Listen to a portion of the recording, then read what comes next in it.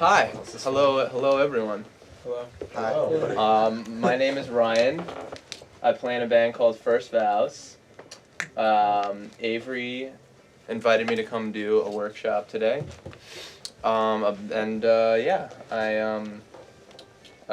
here to talk about digital and analog music because I've spent a lot of time. I grew up playing in bands and came from the analog world of everything, and then sort of at some point started messing around with computers and laptops, and somewhere in between there got really bummed out using computers and laptops to make music, and sort of had to figure out like how to do both and how to find my creative process between the two.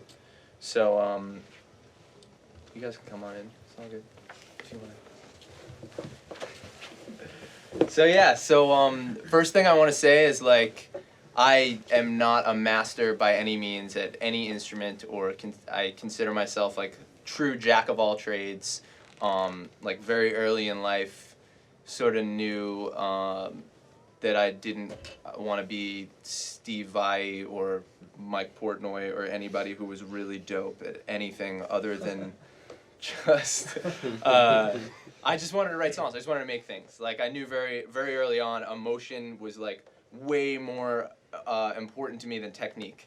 So that's what I do. Like that's kind of always been my thing is production and channeling emotion and figuring out how to make something that feels like whatever you're feeling in that moment has pretty much what I've spent all of my time on. I consider myself an artist first and like a musician second, which is pretty much like a fancy way of saying like I'm allowed to play shitty at things because it's my excuse to be shitty at things. No, but sort of. And that like I said, emotion over technique for me has always been the thing, So I used to play in a band called Envy on the Coast with this gentleman right here, Brian. Does anybody know our former band? Oh yeah. Okay, cool. For those of you who don't know, I'll just run through like a little bit of history. So before that band, like when I was a kid, I got into music the same way probably a lot of you guys did. Does everyone here play? Some engineers, some producers, or everyone's in bands, everyone plays? Cool. Like I just wanted to play in a band. I knew very early on, like I just wanted to tour, I just wanted to play. So I bounced around from instrument to instrument, just playing in bands until I met Sal and Jer and then Brian while I was in high school, and we formed that band, or different versions of that band, went through a bunch of terrible names, a lot of which were my idea, and then ended up on an equally confusing name and just stuck with that. You tell them a story about how that happened. It's a funny story. I don't remember it. Well, we had like decided on Envy on the Coast line. Right, because it was a song title. Because we were just so exhausted about fucking figuring out a name, and our big idea, because we were trying to stamp a bunch of like demos, like with a stamp. Yeah, because back at that point pre-internet. Well, I mean the internet was there, but it wasn't what it is now, and we're burning CDs. Yeah, we're just burning CDs for fucking hours. Yeah. So we were like, okay, we got to get a stamp made up. So we literally walk across the street to Staples. We go to the stamp person at Staples, and they're just like, Envy on the Coastline's too big to fit on the stamp. Oh my god. and they were just like, it was a phone call, right? Yeah, so half of us weren't there. I called back to the house where the other half of the dudes were like, yo, can we just do Envy on the Coast, because like the stamp thing, and like I just want to fucking start doing this. And so that's how the band name happened. Yeah, so that was a big decision. We didn't think of a shorter band name like in general. Just that one word. No, if we could have made it longer, we might have. Yeah. So we were in high school when we recorded our first EP. This dude Brian Russell contacted us. He worked at a place called the Hit Factory. It was in Manhattan. Very little is left of the Hit Factory, because right when we agreed to do the EP with Russell, the owner of the Hit Factory passed away. The rights got passed on to somebody else, and they decided that it was going to be an apartment complex because that would make way more money than a studio, which is pretty common now for anything music related. Everyone has figured out that everything should just be condos. So, right, like Roseland that's the same thing, right? Yeah. So, which is depressing.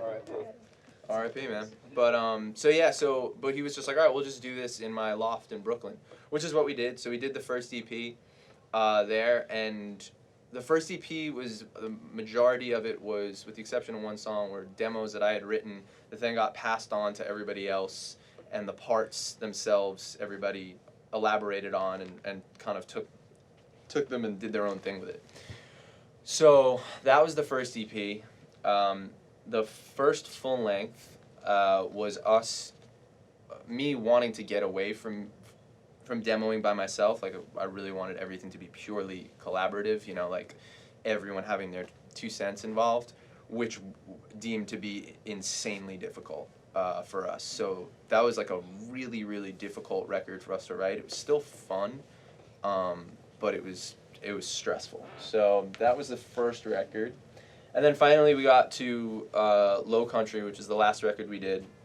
It was the first time that the band was all really like happy creatively where we were. I mean, we were talking about this last night. Like, we're pretty well aware that like most people like our first record, and that's like the thing. But for us, like, that second record really was the culmination of everything that we were like vibing on, and it was a true collaborative effort.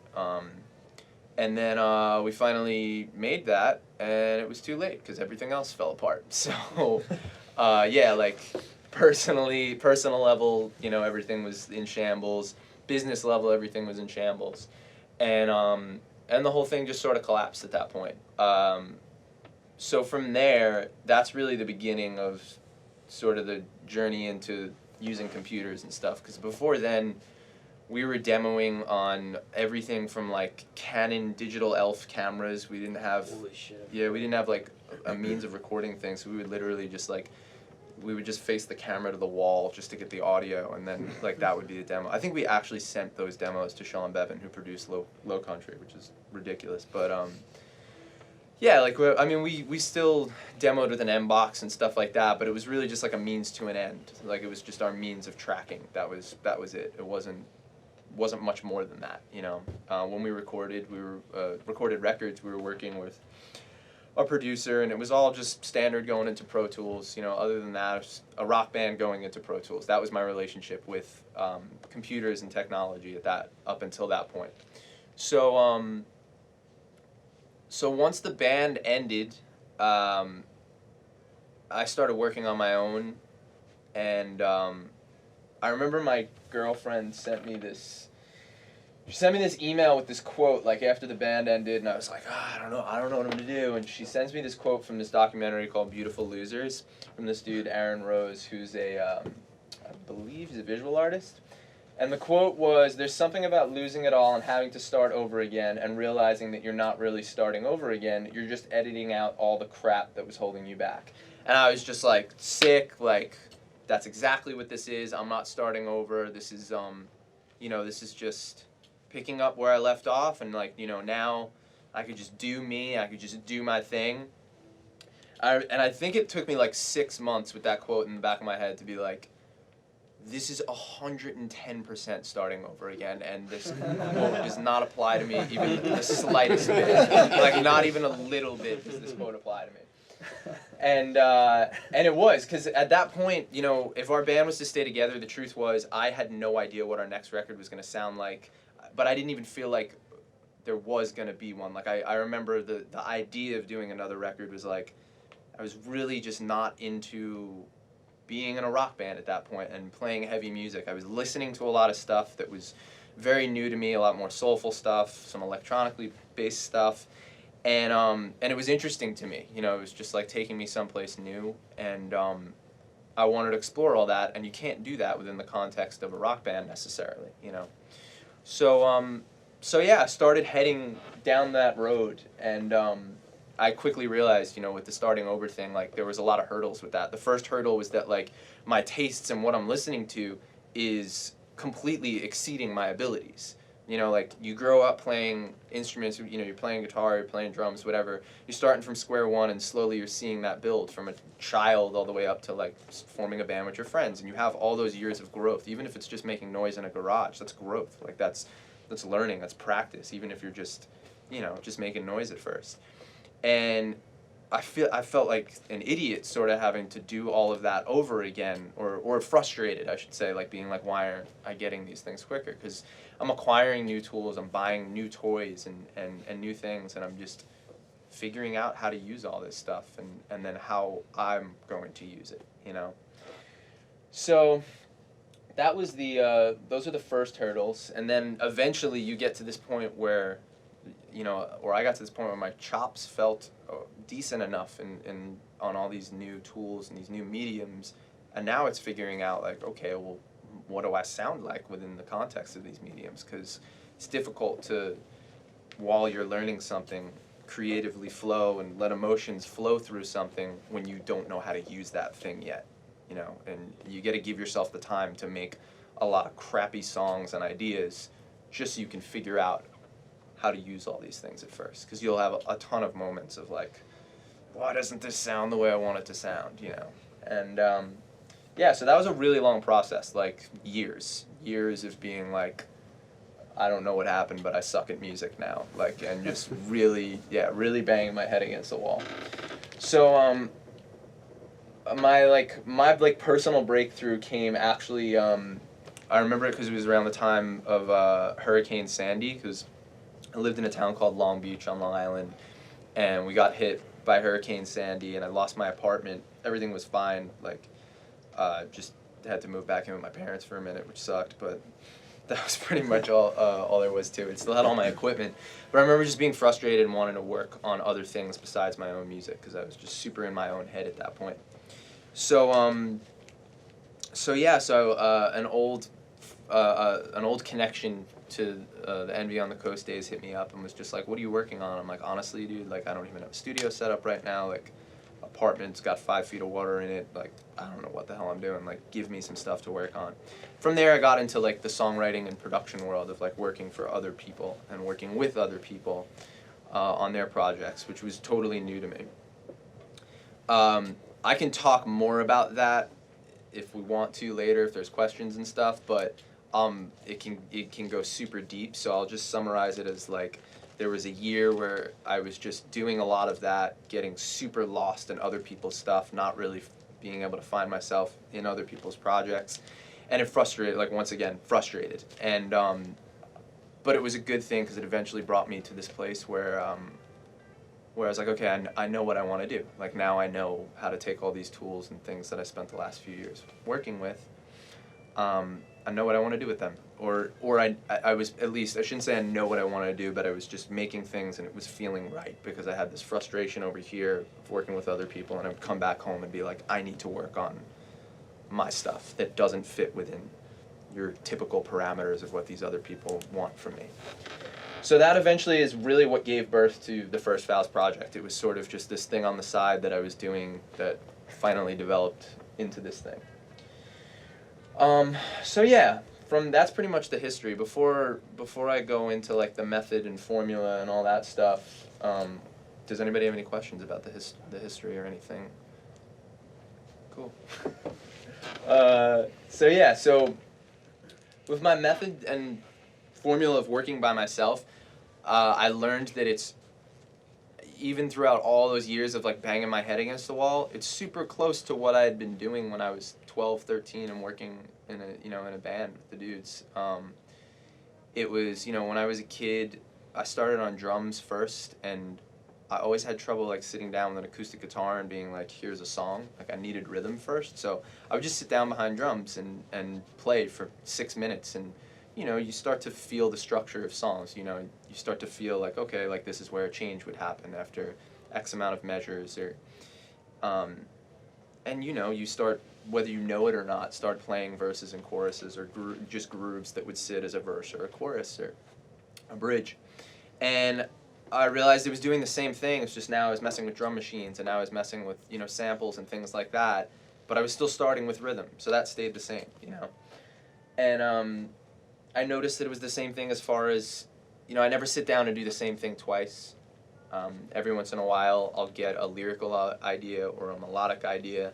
I'll run and voice memo it, it'll come to me in the shower or whatever, and you just run and memo it. And that had been the same since I was a kid as well. So there's all these like things that stayed the same, just took me a really long time to realize that, you know.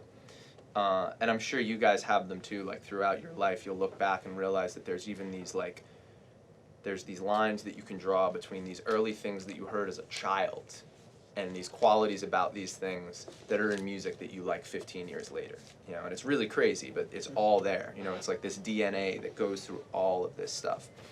So I started to notice that, and that also goes for my like inadequacies. Like I've never been the type of person or producer who hears a whole thing in my head. You know, like we joke all the time because like Isaac and I just had this conversation recently where it's like you see producers and you see guys who are just like, you know, yeah man, like I was just driving in the studio, heard the whole damn thing in my head, got there, just laid it down. I have no idea what that's about at all. Like, they're complete aliens to me. Don't get it. In fact, it's strange to me too because a lot of the music that I've made in my life where I said like, I'm gonna make some shit that sounds like this. When I sit down and make it, if I succeed at it, it bores me because I knew how I got there. So I don't even like when I get close to that type of thing. The way I create is I sit down and I hope to, by the end of the day, take a step back and say, I have no idea where this came from. Like, something else was involved here in making this good, you know, and then assess whether it's a good song or not, obviously, over the course of the next few days. But yeah, that's been a consistent element throughout most of my life with making stuff. So there's sort of 3 stages that I've noticed to what I do and in my creative process.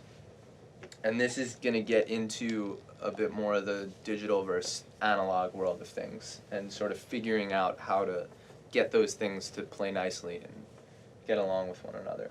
So the first thing that I do is I try to stay away from this thing as much as possible. Because you have to use this eventually, or you don't have to. You can record to a tape player and be one of those people. That's totally awesome, and I love that. I'm not one of those people. But I eventually use this thing, and I love it, and I love what it can do. I don't love starting things on it. I'm not inspired by this thing. I have to look at it to answer emails. I have to look at it to, like, FaceTime my girlfriend. I have to look at it for all this other shit in my life.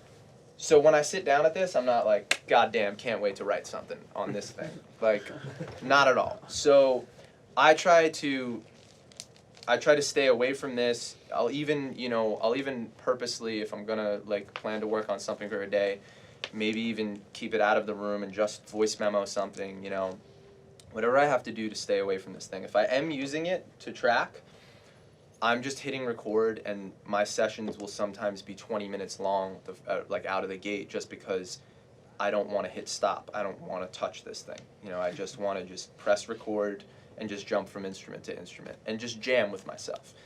I just make a mess. Essentially, the first thing I do is I make a complete mess out of a session. I like analog synthesizers. I like plugging guitars and basses into pedals and into things that maybe you wouldn't normally plug them into. I like hearing sounds in a room, you know, rather than, and hearing how things react in a room. And those things inspire me. Those things are what inspire me for songs to come out, you know, and I need that in order to create songs. So that's the first thing I do. I try not to edit at all.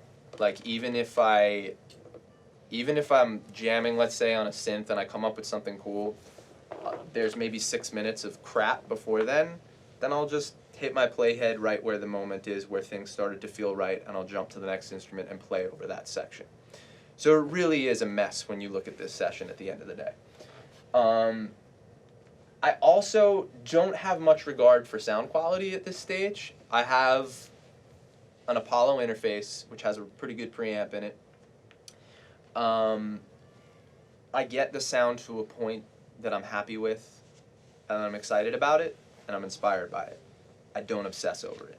Because if you obsess over it before you have an idea in a song, you can get sort of lost, you know? That's not to say you can't if you're inspired by tweaking things until they're meticulously perfect and you are inspired by that, you can go with that. But for me, that's just the way I do things. So the other way that I sometimes start a song, it's sort of the same to me, but basically the other way that I will do it is if I'm working with limitations. So the only other time I will start with the laptop is if I'm forcing myself to create something because of my environment. So let's say I'm stuck on a train or in a car or whatever, and I want to make something, or I'm inspired to make something.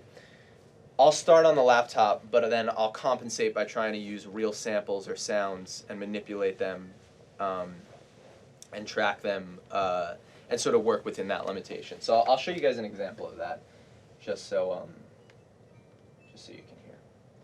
All right, I'm up here.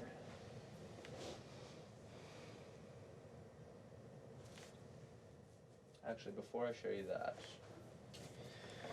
so I spoke a little bit earlier about the process being very similar from when I was 13 to now. So I'll give you an example.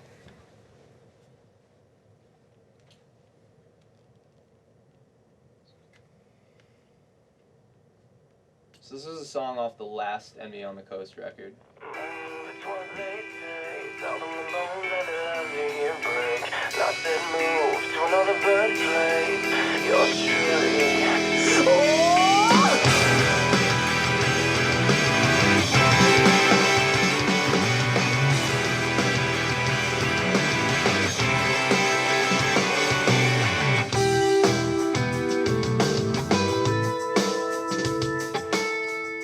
So you get the idea.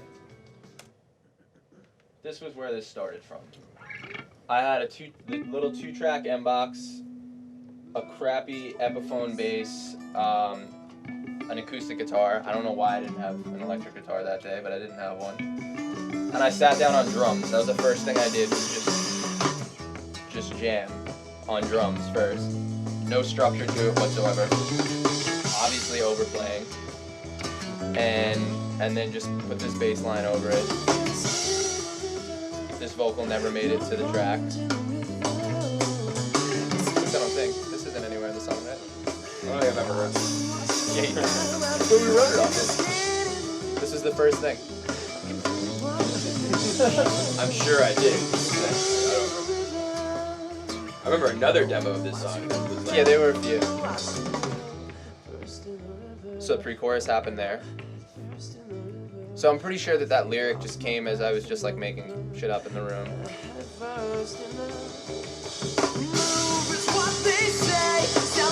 then the chorus just by all standards, this is a mess. Like, it's a sonic mess. It's structurally a mess. Like I said, on drums, I'm just overplaying so much. But because I was able to just get away from this and whatever and just play, you're allowing magic to happen. You're not in a box right out of the gate. You're not, forcing yourself like, okay, I need a verse, I need a chord, like, we're gonna write a song. It's like, no, just play and something will happen and then you can edit yourself afterwards, So that was the first example I have for you guys. I think there's another one like that. Yeah, so this was a similar thing. Do you remember this one? Do you remember how this came about? This was you in the room with the riff, right? We were in a writing session for Low Country, and then I was like, I had my little MIDI keyboard set up, and everyone had. It was a bad day. I remember it was a bad day. Everyone was super pissed. Yeah. And yeah, super pissed, super stoned, and so we're all getting ready to go leave. Everyone's got their backpacks and jackets on, and I don't even think I was looking at the keyboard, and I had some sound dialed up, and I was like I was fucking around, and it sounded like a sitar or something. Yeah, and Ryan was like, "Wait, what was that? Do that again." So I did it again, and he sat there and just played it over and over and over and over again, and I was like, I don't know what this kid's doing. And and then a couple days later, he had this wholly fully fleshed out thing. It was pretty wild. So this is it. You played the riff in the room. I just had you loop it over and over again. I played drums over it at home. As you can hear, there's tons of noise on it. Me coughing.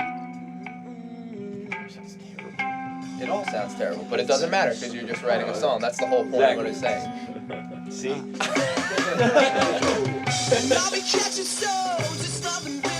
Yeah, like.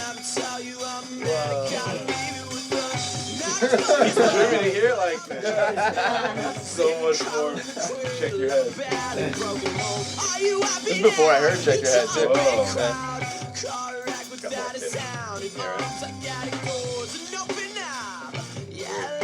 You're playing bass? Yeah.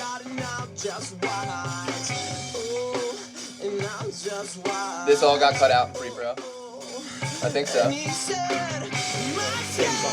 Oh, is it? Yeah. But yeah, you get the idea. You know, it doesn't matter. The song matters most. You're trying to catch lightning in a bottle. You know, or that's what I'm trying to do. And then let's see. Okay, so once the vibe was sort of flowing on that record, like once songs started to come out, and we were all like really stoked and really happy.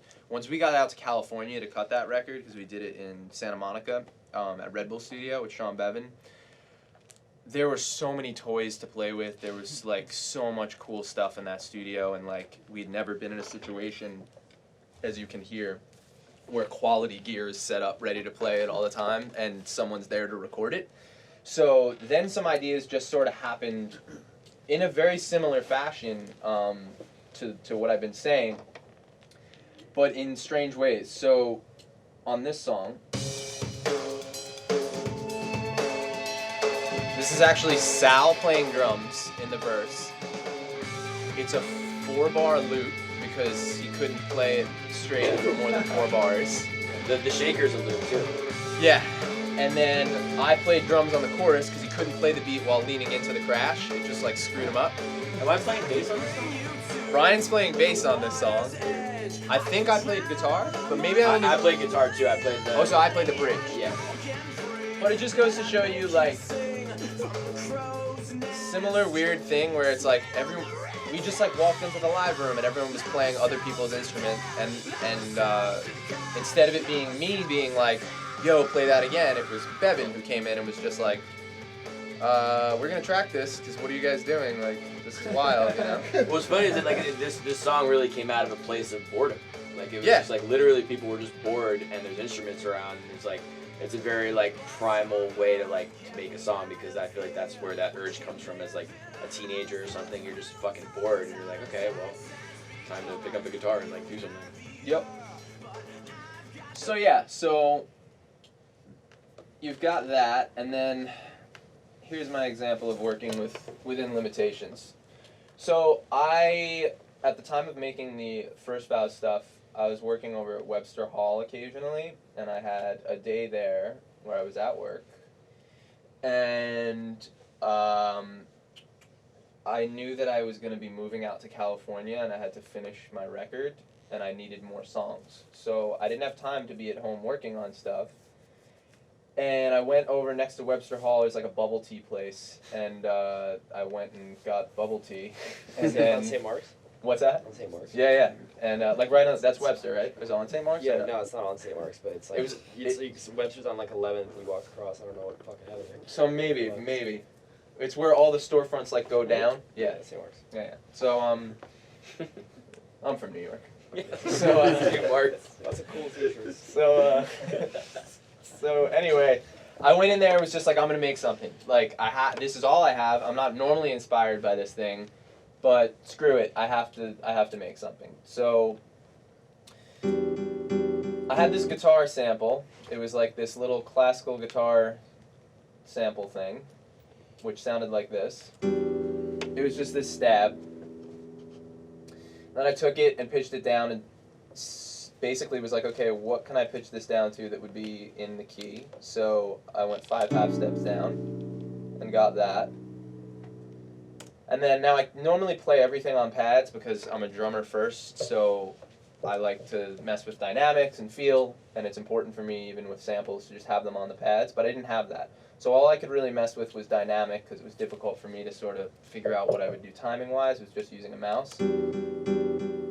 So I just shifted the dynamics within the loop. Same thing for the other note. And then I took it and I threw a ton of reverb on it and created the pad that starts the song. And that goes pretty much throughout the whole song. And then I started messing with drums. I don't normally like gridding my drums or working with a mouse and punching things in with MIDI. Like I said, I usually will take stuff and throw it on pads and mess with it, and then I'll play for like 10 minutes, just like I did with the demo for Head First in the River. I'll play something for 10 minutes straight, just jamming on pads, and I'll find the 4 to 8 bars that I really like, that I've hit like my pocket on, and I'll use those rather than quantizing them at all. I may shift things here and there, but that's typically how I like to do it. So this became the beat because, like I said, I couldn't mess with much, and it's super gridded. So later on, I added these sort of Michael Jackson vocals to help the pocket out a little bit, which are really funny when listening to them right now. But in context.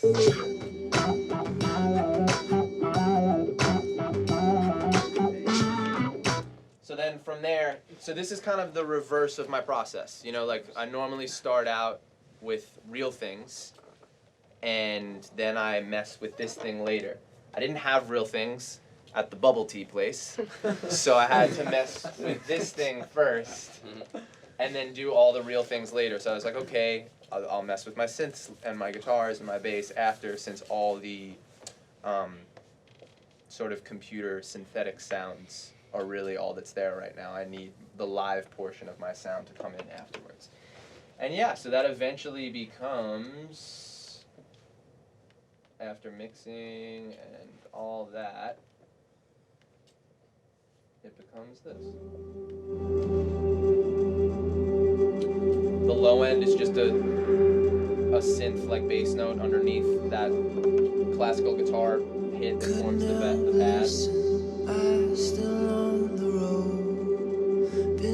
But the cool thing about this is, like, when you get the opportunity to do something like this, you're creating a pad sound that's yours. You know what I mean? Like, it's not a patch on a keyboard. It's not a VST that everybody else is calling up.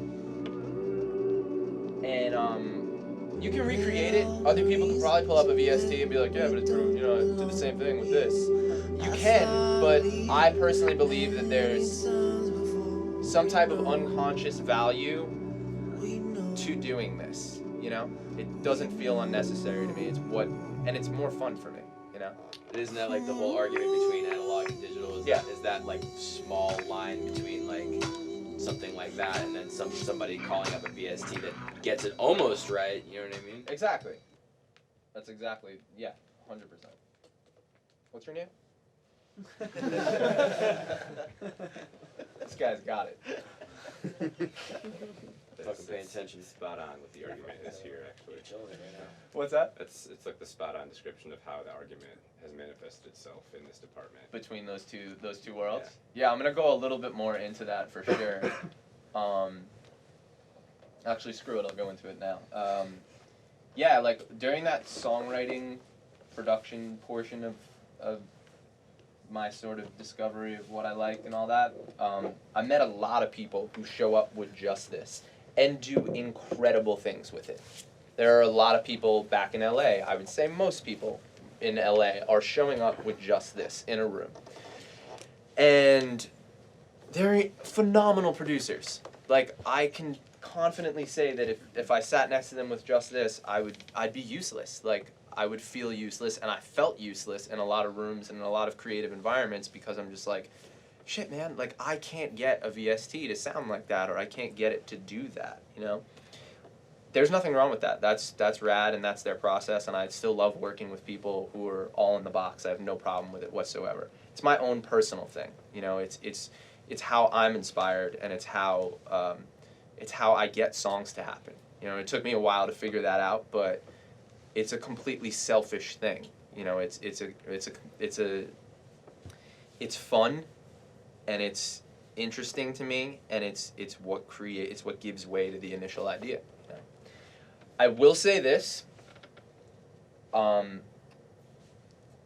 So a lot of people will argue, like I recently worked with a dude who did, he did an entire record, and halfway through the record their Juno broke. They were using a real Juno.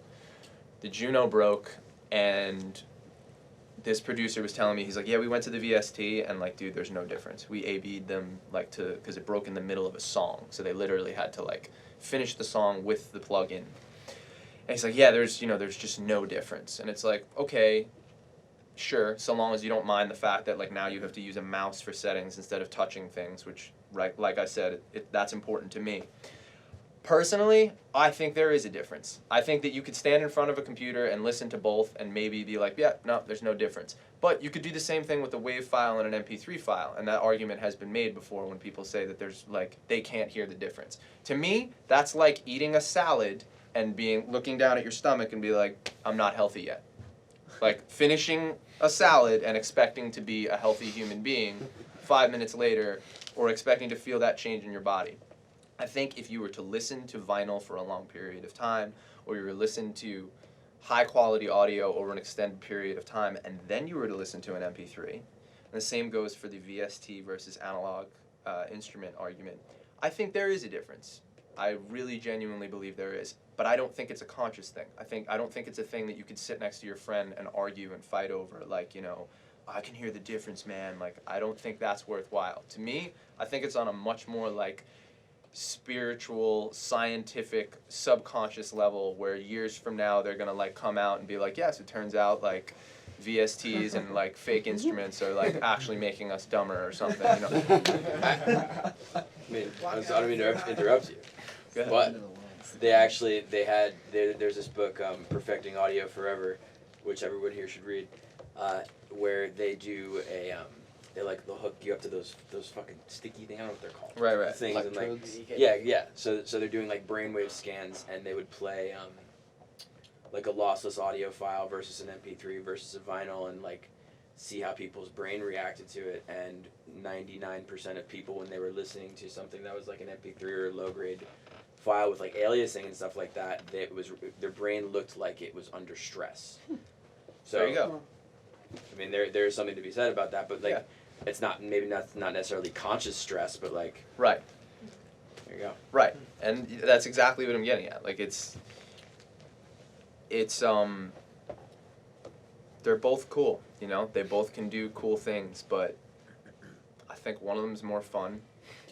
And I think that ultimately, even people who don't play instruments or couldn't explain anything at all about the technical, you know, musical, anything technically within music they still know what they like, and they still feel something and emotionally respond to real things being recorded, you know. And that's huge for me, you know, that's all the difference to me. So, back to the process. After I make a huge mess, that's when afterwards I start using this thing and I edit. So, I think the first advantage to that sort of process is that when I go to edit and I save all of my editing and listening for another session, I can do this anywhere. This is portable. I mean, if you have a laptop, of course, if you're limited to being in your studio because you have a full system there, you don't have that advantage. But I take full advantage of that. I don't edit in my studio if I don't have to. I don't listen back to what I did the day before in the place that I made it. Go to a park, I'll go outside, I'll go somewhere with headphones on and assess what I did the day before and be like, oh, this is cool. Like, I'm going to start chopping through this and making something out of it. Or, this is terrible and I don't know where I was going with this, you know. But that's when I start messing with plugins, and that's when I start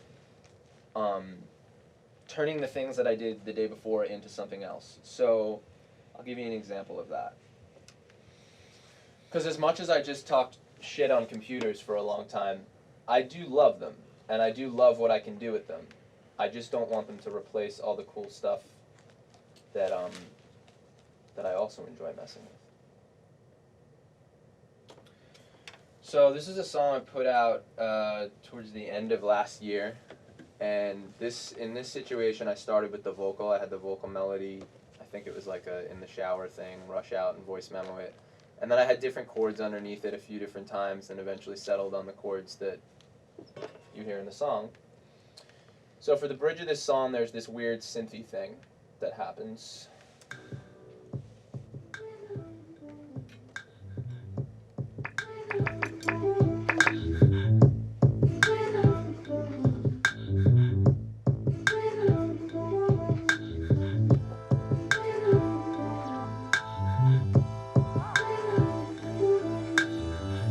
So, if we're to solo this melody, and hear what's actually going on there. If we're to take off the plugins, there's a reverb. Let's play it without the reverb. So I'm making it sound super wide in addition to reverbing it. If I take off the auto tune, it gets real wonky. And then if you're to take a piece of it, as you can see, it's super chopped up. Am I in the way? Can everybody see this? So it gets super chopped up. So we'll take a piece of it right here. Sounds fantastic. And we'll see that I've pitched it down 7 cents. So let's bring it up to where it started. Then let's stretch it out. See what else was there before I chopped it. Bring it back, see what else is in front of it.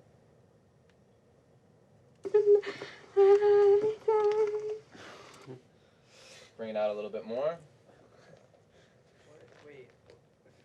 What's up? Is that a small child? We're getting there. And we'll hear that it's actually my girlfriend singing I Believe I Can Fly in the car on the way out to Los Angeles. Oh my god. And eventually I don't know why, I can't tell you why I dragged this in. Let's get a round of applause.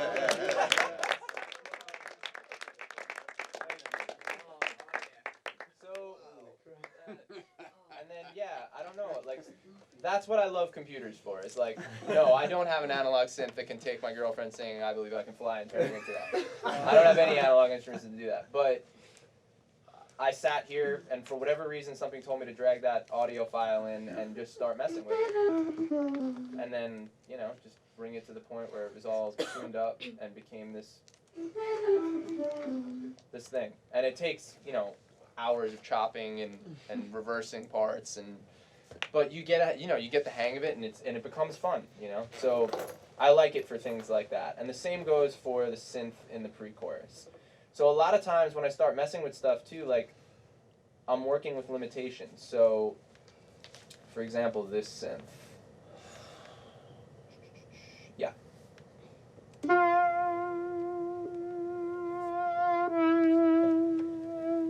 not sure if I'm going to be able to drag this one out, but we'll try it.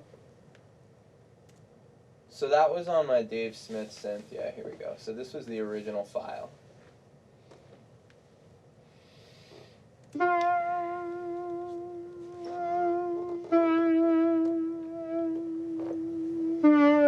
So that was how I recorded the audio. There's nothing on that.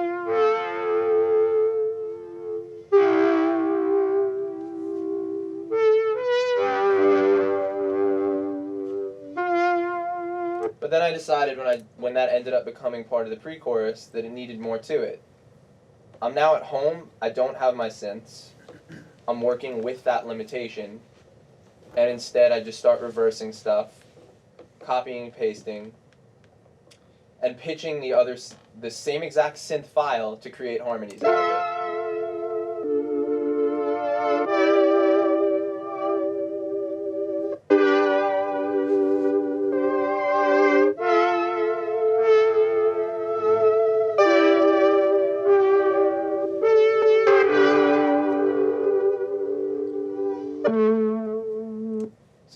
context.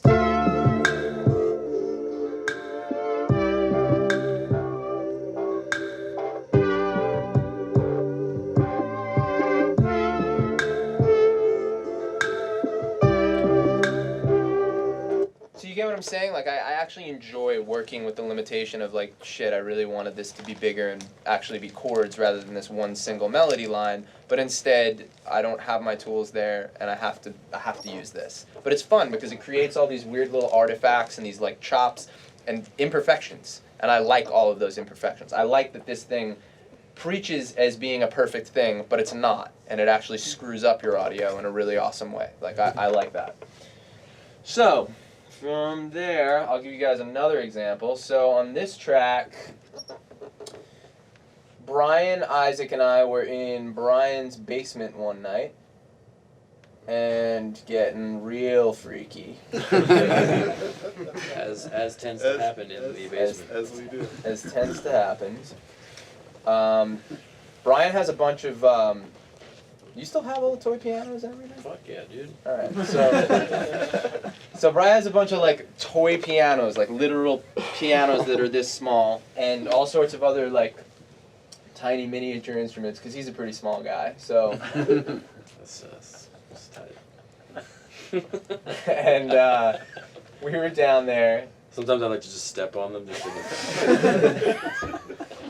play Godzilla.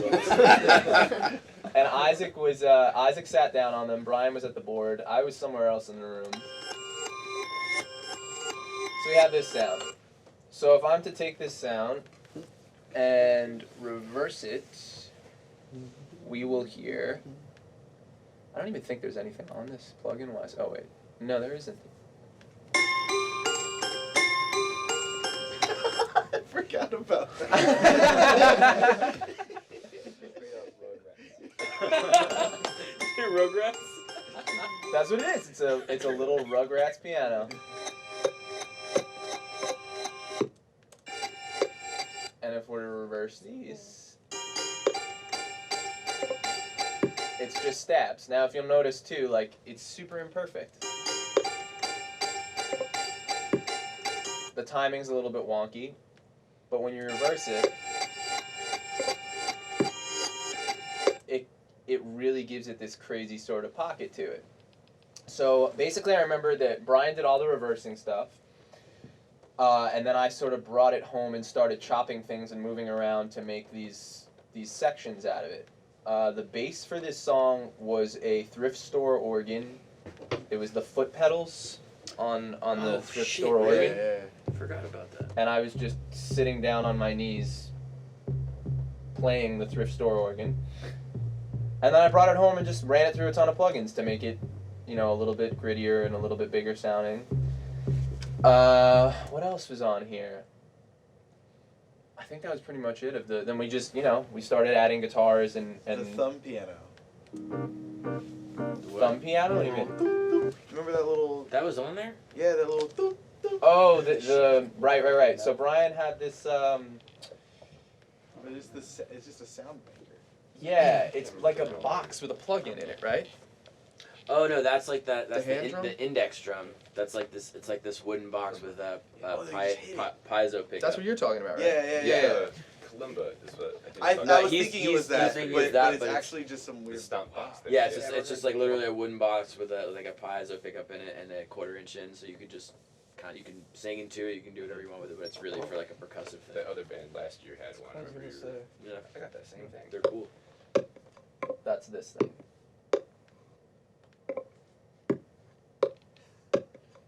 That's it. I just made a loop out of it. I mean, so much more of this session was me fixing it or taking like, because the whole jam itself happened within 20 minutes. Yeah. And then it was just like making a mess and then figuring out how to make something out of it, you know, and then eventually we got to this. You're hearing reverse toy piano. Second snare to give the pocket that weird little hand drum thing.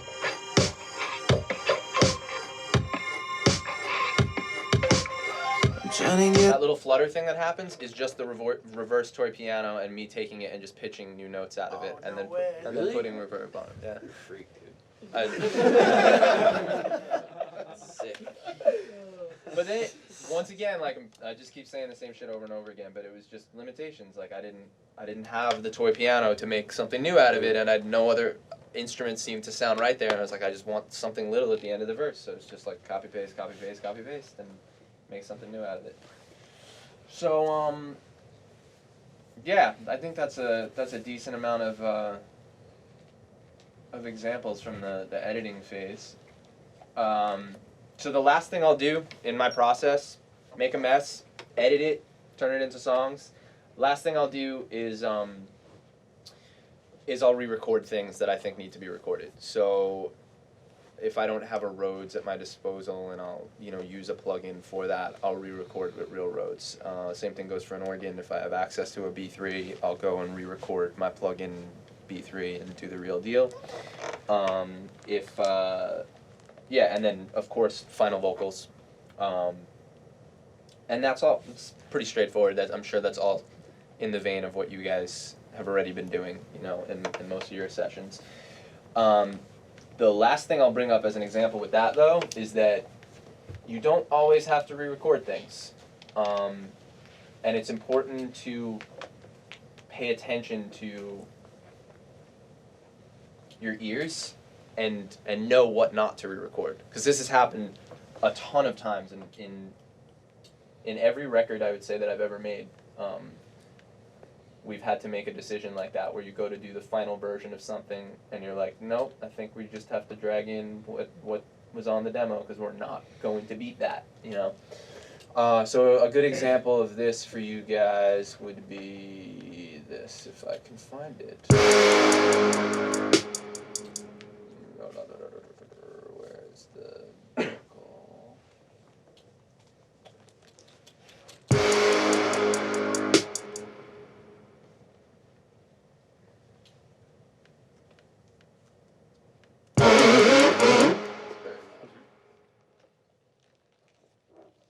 Alright, so I was in the space, in my recording space when I made this song, or the demo for this song.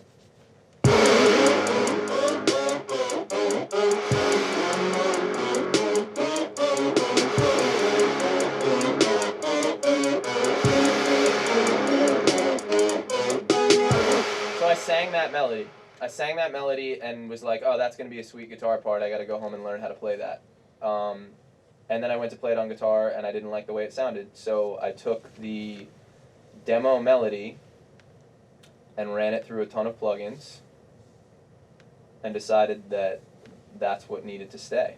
I then pitched it up, or pitched it down rather, created a double of it, ran it through auto-tune. So that's one, I like to use auto-tune as like this way of taking things that don't have a perfect pitch at all to fit them in. Like I don't typically use it on my lead vocal, but I do like using it as like an effect, So this was initially just supposed to be a scratch vocal.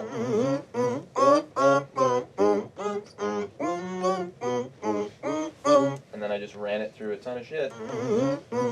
And it ended up staying on the song.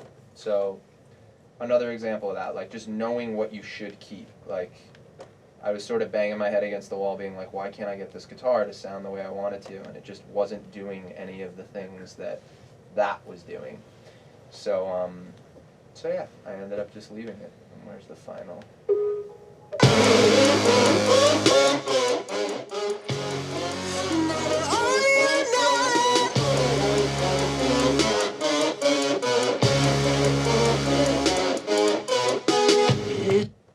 And that's that. So yeah, that's the last thing I do. Did in you my pitch process. that last harmony? What's that? Did you pitch that last harmony? I think so. I can check right now.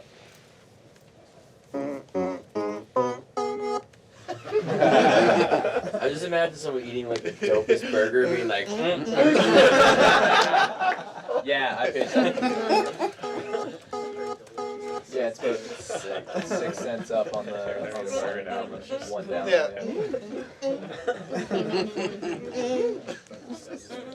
So as you can see, this is also the reason why I love Ableton. Is it's really easy and fun to do stuff like this. You know, like it's really easy to fuck up audio, like in Ableton, like to completely manipulate it. I love Logic and Pro Tools as well. I record all my final takes into Logic because there's no playlist feature in Ableton, so it can be terrible recording vocals or anything like that in Ableton. But I do love it for the edit portion of things, for chopping things and pitching them and just manipulating. But I mean, I've also seen people do that in Pro Tools. I've also like worked with plenty of people who get the same results or do the same type of thing that I do, but in other DAWs. So it's really just what you're comfortable with and what you like. But yeah, let me see what else do I have for you guys.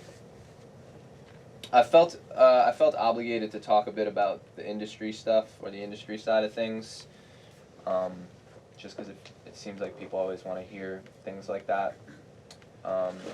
So as far as that stuff is concerned, if I was giving advice on like are you guys all currently enrolled here? Yeah. Okay, cool. If I had advice for like what you could do once leaving, or what to get involved with once you leave here. I personally like to have a lot of things going on, a lot of different things going on. It was great being in a band and touring for the amount of years that we did, and it was a ton of fun, but it's also super stressful when all your eggs are in one basket, so to speak, It's different if something is to take off and you only have the time to do that thing, that wonderful, go and do that if you enjoy it. But if you have the ability to do different things, I really like being able to have my thing that I do myself. I really like being able to work on other people's stuff and be like a tool for them and take the back seat when they say no. I hear it being this way and being like cool, like I'm just this guy today.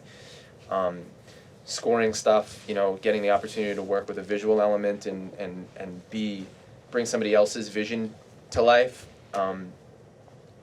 I would say if there's any door that you can walk into and feel things out, go through it, and if you hate it, just walk out, never do it again. But if you get those opportunities, take them. It's really good. It's been really good for me to sort of have all of those because they all start to inspire the other ones too. Like you'll come back and take things that you learned from one world and apply them to your own. Like in the songwriting world, they're like 80 to 90% of the sessions that I've done or the stories that I would have from working within that world suck. Like they just suck. And I wish I could say that I like could have that time back or whatever. But like the 10% that I did, that I walked in and worked with somebody that was just like, oh my God, like I'm going home and I'm throwing out everything and starting over, which actually happened. I literally did that. But that's amazing. Like you can't put a price tag on that. So it's like I had to go through all these awkward sessions and come home and be like, this sucks, to meet like 3 or 4 people that completely changed my life, So it's like keep walking through doors, and go with your gut, like stick to your guns when you're in those rooms, know that you have value. Like if another dude is computer guy and you are solely inspired by having an instrument in your hand, there's nothing wrong with that. And they may not see any value in you because they're all VSTs and they're all in the box, but it doesn't change the fact that what you do is dope, and it don't let it shake you. We had a conversation with our buddy Nate, who also plays with us, just before we left, and he was talking about sessions that he had recently done where he had those frustrations, and it was crazy to hear Nate say it because, like, collectively he's one of the best musicians that we know, and to think that even regardless of what caliber you're at, that you could be walking into a room and, like, questioning your value just because of that is nuts, but it happens. So that's the first thing I would say. Also, throughout that 90% of like crap sessions that I've done, I destroyed my relationship with music at points. Like, didn't want to make it for months at a time. Don't do that. Don't do that. Like, walk through the doors, like, see what's up, feel things out. But if something is starting to feel like it's like messing up your relationship with music, you don't want to listen to it, you're not inspired by it, like take a breather, you know, and go do something that you really want to do, because it's not worth it. It's like, it's such a annoying like rehabilitation stage to get back to a place where like, oh my god, like yeah, I think I like music again now, you know, because it can happen. Like it's super. I mean, we both have those stories, right? Yeah, so you ever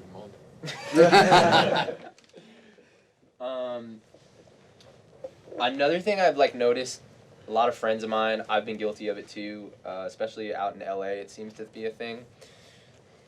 You guys are leaving this school with probably an insane education in audio. There's a lot of things you can do. There's a lot of things, there's a lot of holes you can fill, a lot of positions you can fill. It's very easy to think like, I can do that and I should do that because of financial promise or because of any number of reasons, because it's blowing up at that moment or whatever. We can all do a lot of things. We should only do what feels right. Because if you stick with that, you'll probably have a lot fewer occasions where you're just finding yourself completely lost. And it's super easy to do that, especially when you're in those environments when you're feeling things out, you know? So sort of get it out of your head that like you can do anything. I mean, it's good to know that, but you know, remain in that lane of like, this is what I do. You know, this is where my worth is, and this is what I like doing, this is what I'm good at doing. Because you can get really confused being like, oh shit, well I should jump on that bandwagon, you know. Yeah, I mean, the last thing I would say is, as far as like success, luck, failure, all of that, I feel like no one often talks about, like in the music industry, the simple fact that like there's tons of variables to this stuff. Everybody likes to make believe like, oh, like we know this song's going to be huge or this record's going to be huge or we know that this is the sound or this is whatever. No one knows shit. They really don't. Like I said, those people who I was talking about earlier were just like, I hear the whole thing in my head and I know exactly that this is going to be the most massive thing and everyone's going to be following it. And there are people who say that and then they are in that position. They're fucking aliens and I don't know how they exist. I don't try to understand it. I just keep making stuff and then seeing where it takes me. And that's the best advice I could give is just like, just keep making stuff. On the way here, Brian, you had said to bring up the timing thing of like letting things sit. Yeah, the other thing I would say, keep making stuff. If something tells you shouldn't put it out or if it's not right, let it sit. Brian and I are currently sitting on a bunch of material we made, 5 years ago? 5 years ago. That after we made it, it was like 2 records worth of material, and we just went back to it recently because Isaac told us to. And we forgot it existed, and we were like, oh wow, like, this was really cool. We didn't like it at the moment. Or I didn't like it at the moment. I didn't either. Oh, okay, so we didn't like it at the moment. It was weird. Like it was a weird vibe at the time. Move on from it. But now we listen back and we're just like, oh, this stuff's pretty cool. Maybe we'll put this stuff out. So just keep making things. Like, don't think about it. Just make things, listen back to it, be like, this is weird, I'm going to let it sit for a while. Like, let it sit for months, years, whatever. Like, just save it, keep it, document it, go back to it. There may be a time where it makes sense again and you're just like, oh, I want to do this. And yeah, just keep moving on to the next thing. I think that's pretty much it. You guys have any questions? Nothing? Yeah. Sweet. Okay. Cool. Thanks for